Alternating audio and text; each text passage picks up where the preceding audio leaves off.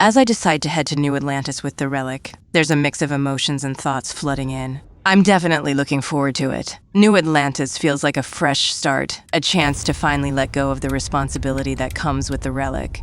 There's an excitement in me to get this task done and see what's waiting for me there. And then there's this curiosity about Constellation.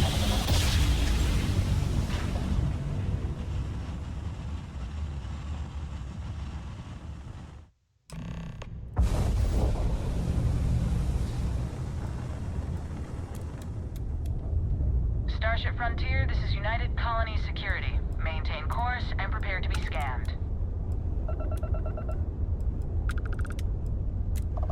Scan complete. No contraband detected. We're cleared for landing at New Atlantis.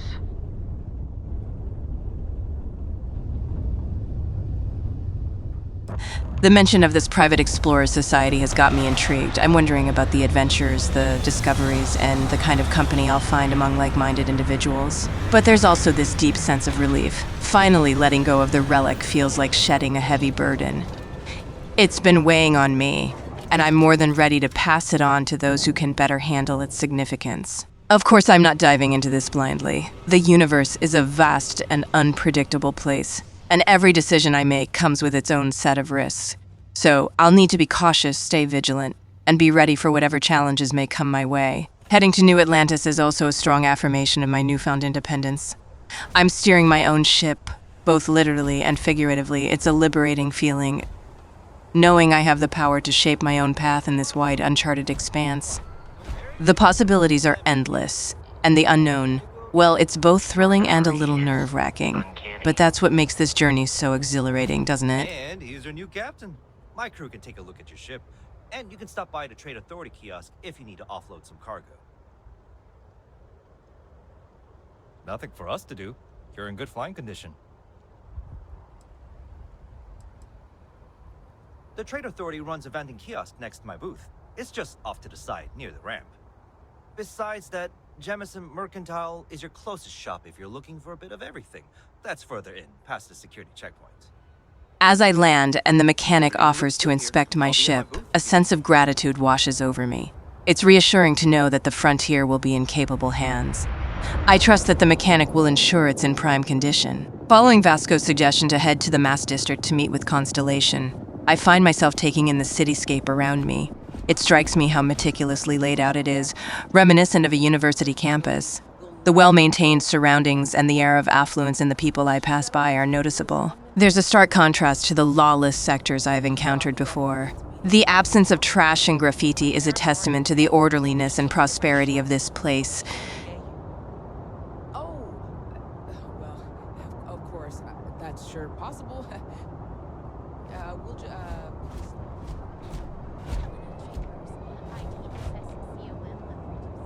Heavily armed security personnel stand vigilant, a clear indication of the high level of security and control that permeates the area. As I make my way toward Must, I'm filled with a mix of fascination and a slight sense of unease.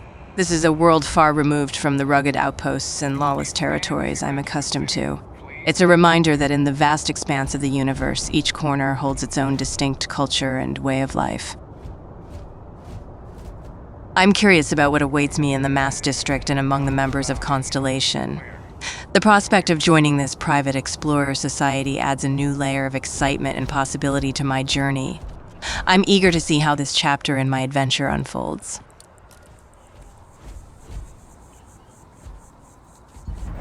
Here we are, the lodge. The front door should unlock if you hold up the watch that Barrett gave you. I have messaged the other members of Constellation. They will be waiting for us inside.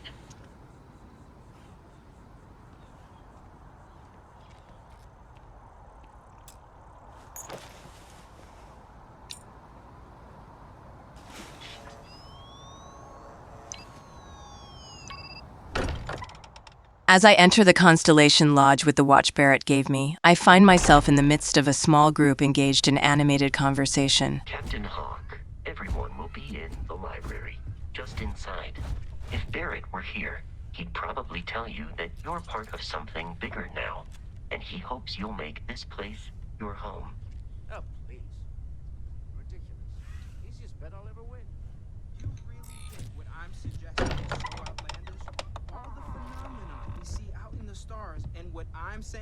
almost impossible theory? We appear to have a visitor. Welcome to Constellation. We have a lot to talk about. Would you care to tell us what happened to our friend? Why you're here and he isn't? It's not long before I'm introduced to Sarah, a woman who eyes me with curiosity, questioning my identity and the whereabouts of Barrett. I take a moment to explain the situation, mentioning that I have the relic and a strong desire to be rid of it. Currently, assisting the miners on Vectera following a Crimson Fleet attack. This is just typical. Barrett hands over our ship and our robot to some random employee of that discount mining outfit he uses. Walter. And if we hadn't insisted on installing those emergency protocols, I guarantee you this rock breaker here would be halfway to Neon. But that didn't happen. She's here, with the artifact. Thank you, Matteo. Now, let's focus on what's in front of us, shall we? What happened when it was extracted? Did anyone see anything? Hear anything?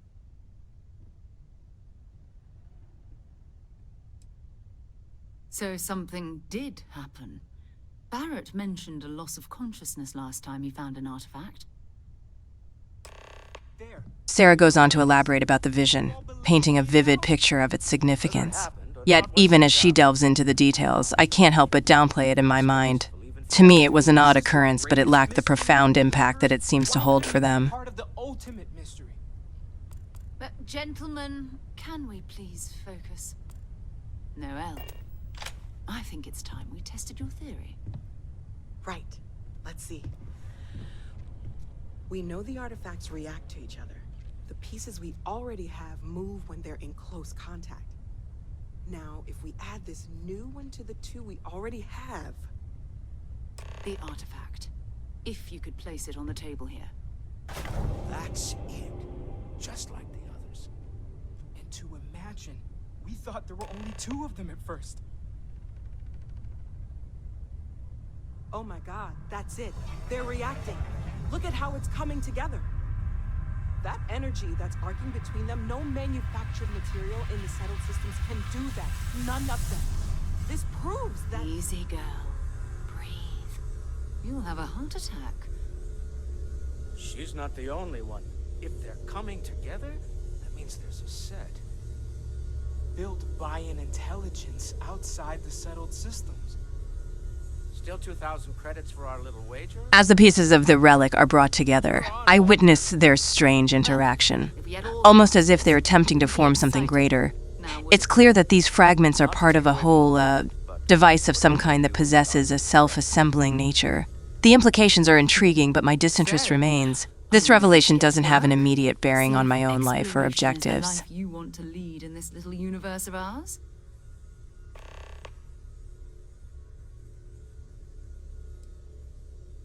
Fair enough, but you need a place to stay in the city, right? Why don't you settle in here? We owe you that much. Come find me when you're ready. And here, I think you've earned something for bringing the artifact to us. In addition to credits, why don't we set you up with a backpack with some boost capability? You'll need it out in the field anyway. Just mind your head. Sarah, in her enthusiasm, offers me a key to stay at the lodge. I appreciate the gesture, but a pressing thought enters my mind. I have my own house, and there's a mortgage that demands my attention. This explorer's life, for all its potential adventures, doesn't come with a steady income. I hope you are satisfied with the quarters available to you.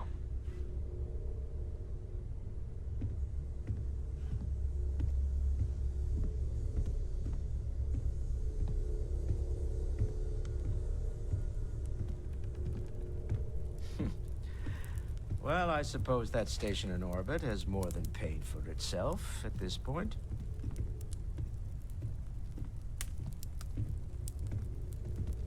Feel free to help yourself at the bar. I don't drink, but I feel like if I did, now would be a good time for one. Are you doing okay? I'm not sure anyone really asked yet. Don't want you to think we're focused on the artifacts and nothing else. You matter too. You've done something really significant bringing that artifact here. I'm Matteo. Theological scholar by trade, but now, well, an explorer like you. It's really good to have you with us. Well then, keep up the good work. The second one was on Kazal, buried the same as the one you found. But the first one, right under our noses for years, sitting in storage, masquerading as an oversized paperweight. Can you imagine potentially the greatest discovery in human history collecting dust? I'm not gonna lie, I really wish I could have seen this for myself. It's hard to judge otherwise. Both you and Barrett saw something. I don't think that's a coincidence. Did it feel like it was trying to tell you something? I don't want to necessarily use the words divine revelation, but, you know, if the label fits.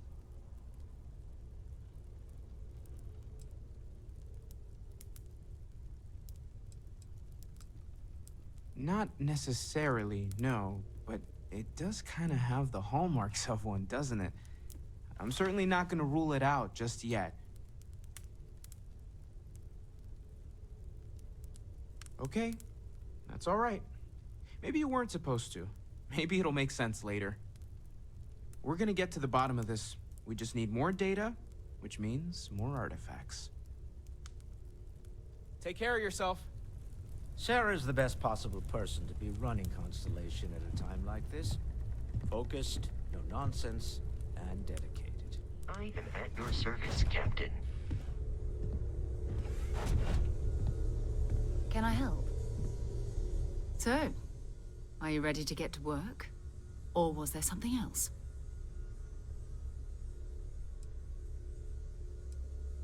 We're explorers. Humanity has always hunted for knowledge in the unknown. We just take that a little more seriously than others. We were founded decades ago by a man named Sebastian Banks. He wanted a small group of people from all corners of the settled systems, dedicated to the biggest question of all. What's out there? These artifacts could be everything we've been looking for. Another great secret the universe is asking us to unravel. I understand. Leaving the lodge, I make my way to the bank with a sense of practicality. It's a reminder that amidst the allure of interstellar exploration, there are still mundane responsibilities to attend to. It's a balance I'll need to strike as I navigate this new chapter in my journey among the stars. As I step out of the Constellation Lodge, the reality of my situation comes into focus. The vision, the relic, and the grand discoveries they promise are all captivating, but they exist in a realm that feels somewhat detached from the practicalities of my everyday life. The mortgage on my peaceful homestead remains a tangible commitment, a reminder of the responsibilities that anchor me to reality. It's a financial obligation that can't be overlooked, even in the face of extraordinary cosmic revelations. The bank is a stark contrast to the Constellation Lodge. Its walls echo with the hushed tones of transactions and business dealings. I approach the counter, exchanging pleasantries with the teller as I make my weekly payment. It's a routine task, one that grounds me in the here and now, away from the cosmic mysteries and otherworldly artifacts. You don't look like a new hire stumbling through their first day. Who exactly are you?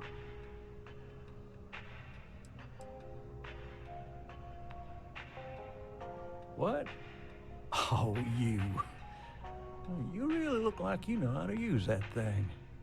I have an eye for talent, and I have a feeling about you. Oh, this is perfect. Kismet, really. I have a business proposition for you that could help us both out. Very lucrative.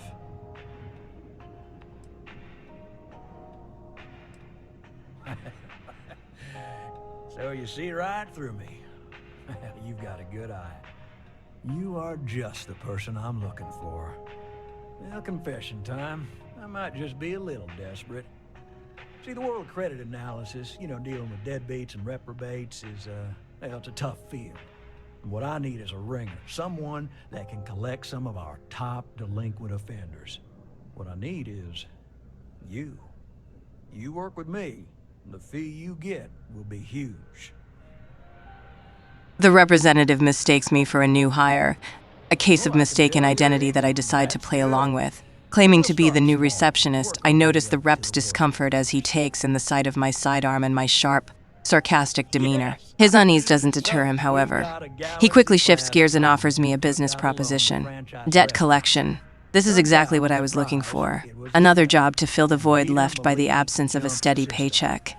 I agree to the terms and he provides me with the details of my first target. He makes it clear, though, that while he wants the debt collected, he doesn't want the debtor dead. The bank will seize the assets if it comes to that, but it's considered bad for business. I understand the distinction and take it as a stroke of good fortune. If he dies, then his assets go to probate, and we can get paid. So if he forces you into an it's you or him situation, it's A-okay for Galbank's bottom line if you choose him. But I cannot stress this enough. This is not the ideal outcome. We wanted him liquidated, we'd have put a tracker on him. Well, I mean, yes, we're not the only ones looking for him. And you don't dome up on a dust ball unless you're serious about dodging your civic responsibilities. I'll send over all the details. You find Dieter and bring his account current. I hate to end on this note, but you know, not everyone's a straight arrow. If you cut a deal with Dieter, honestly, I have no way of knowing. But don't expect any more jobs for me. Best of luck. I believe in you.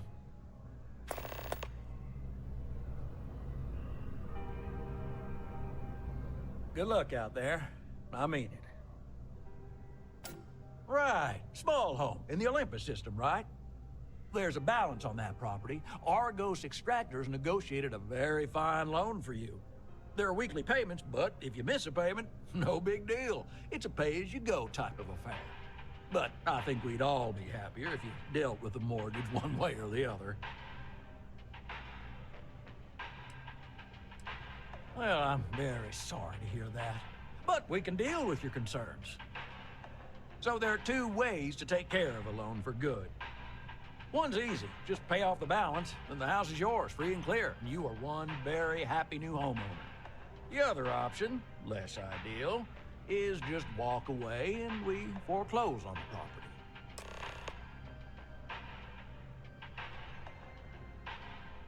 That is a chunk of change, to be sure.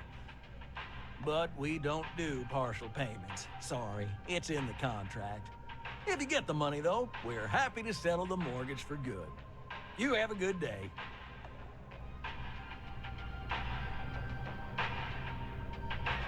Together, we can really make a difference. Certainly. So there are two ways to take care of them. One's easy. Just the other option, absolutely. Take them.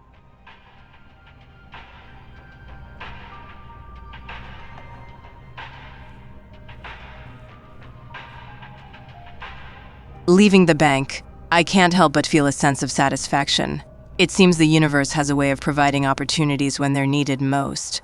This new venture promises to be a source of income, helping to balance the scales between the grand mysteries of the cosmos and the practical demands of daily life. As I leave the bank, I'm struck by the dichotomy of my existence. On one hand, I'm an explorer of the cosmos, on the brink of uncovering profound secrets. On the other, I'm a homeowner with practical concerns and financial obligations. Returning to my ship, I'm filled with a renewed sense of purpose. The relic and the visions may hold untold potential, but it's the concrete tasks and responsibilities that keep me grounded in reality. With a job in hand, I set out to fulfill my new role as a debt collector, ready to face whatever challenges come my way.